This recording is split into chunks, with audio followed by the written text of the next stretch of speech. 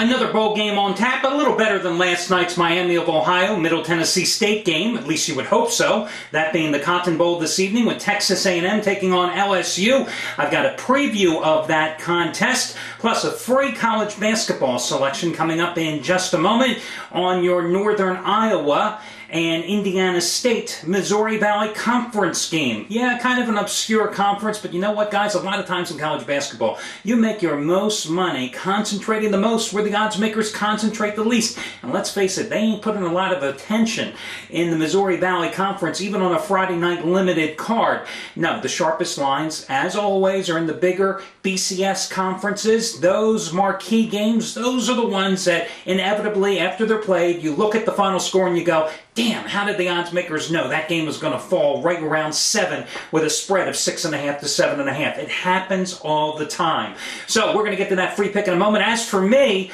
I've got another one of the rare 15-dime releases going here on your Friday night card in basketball. 17-5 with these plays over the past 2 years after cashing in last night with my Big Ten Game of the Year 15-dime play. Illinois laying 8.5 at home, beating up Northwestern by 25 points. This play is just as strong as Wednesday's Triple Revenge 15-dime Game of the Year winner, Dayton, getting 1.5 to 2 points, winning outright by 10 at St. Louis. This one tonight is a 15-dime release, my Horizon League Game of the Year. Yes, another obscure conference with a great matchup. 15-1 Cleveland State at Butler. Yes, the same Butler Bulldogs that advanced to the Final Four into the championship game before losing to Duke this past April. Hi everyone, Al DeMarco here, and this is going to be your Friday video report. Those 15-dime releases, FYI, not only 9-2 this year in basketball, but as I said, 17-5 over the past 2 years, and these are the same exact plays that in the NFL I'm 32-19-2 with over the past 3 years, and of course have hit 2 out of 3 in college bowl action with those 15-dimers as well. The winners there being Oklahoma State 38-10, laying 4.5 over Arizona, and Tulsa 10-point dog outright over Hawaii. Now, for your bowl game, let's get to that one first this evening. Texas A&M comes in here obviously red hot, winning and covering 6 in a row to close the season, and along the way, you know, many feel that Mike Sherman probably saved his job by beating the likes of Texas Tech and Oklahoma and Baylor and Nebraska, all bowl teams, FYI, and finishing 9-3 on the season. But the real turnaround for this Aggies team was when they benched starting quarterback Gerard Johnson, who everybody thought was the best quarterback in the Big 12 coming into the season, but a very erratic passer.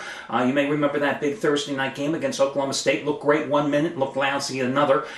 They benched him in favor of Ryan Tannehill, who was really just biding his time as a backup wide receiver up to this point. But he took over down the stretch and simply played superbly. 65% completions, 11 touchdown passes, just 3 interceptions, and over 1,400 yards passing. And another thing that keyed the turnaround for the Aggies, the first 6 games of the season, Cyrus Gray totaled 195 yards rushing. Final 6 games of the season, he averaged 140 yards a game and scored 10 touchdowns to boot. Now, LSU, of course, started the season 7-0 before losing at Auburn and, of course, at Arkansas as well. Problem with LSU, it wasn't the defense. No, the defense was ranked number 8th in the country with an average yet of 301 yards and just about 18 points a game. It was the offense, or lack thereof, because, you know, it's just amazing that LSU has been unable to get a quarterback. I mean, the last good one, and we'll put good in quote marks here, was Jamarcus Russell, who certainly excelled at college at least. But you know, they've got nothing going at quarterback. I mean, Jordan Jefferson averaged total yardage, that's running and throwing the ball, just 136 yards a game, seeing most of the snaps here. Offense ranked 91st in the country. The good news for LSU, though, however, tonight, is they are getting Stephen Ridley back tonight. He was originally ruled ineligible, but then earlier this week ruled eligible to play in here. And he was really their workhorse running back. 225 carries, 1,042 yards, 14 touchdowns on the season, although they do have a very deep backfield. Listen, LSU was 27-1 straight up during Les Miles' tenure against non-conference foes outside of the SEC. And Les Miles at LSU's helm has won 4 out of 5 bowl games, covering 4 out of 5 as well. LSU is a 2.5-point choice here tonight. I know a lot of the public is on A&M, but I'll tell you guys, I like LSU. Would I bet on it? No. But I do like LSU here, minus the 2.5 points. No opinion on the total, which is sitting at 49.5. Now, in college basketball tonight, I'm going to go with Northern Iowa. Minus now up to 3. It was 2.5. It's now mainly 3 at Indiana State. Listen, this is a Northern Iowa team that really caught my attention a couple of weeks ago when they won the Las Vegas Classic, beating up Indiana 67-61, and then taking care of a one-loss New Mexico team, Steve Alford's squad, falling to the Panthers 66-60.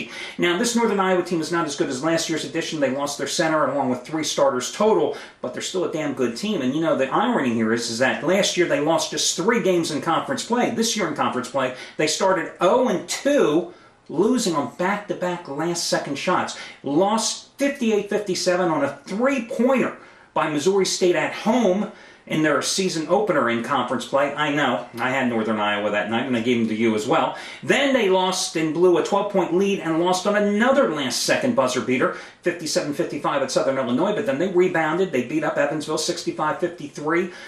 That is the same Purple Aces team that beat tonight's opponent by 5 points on New Year's Day.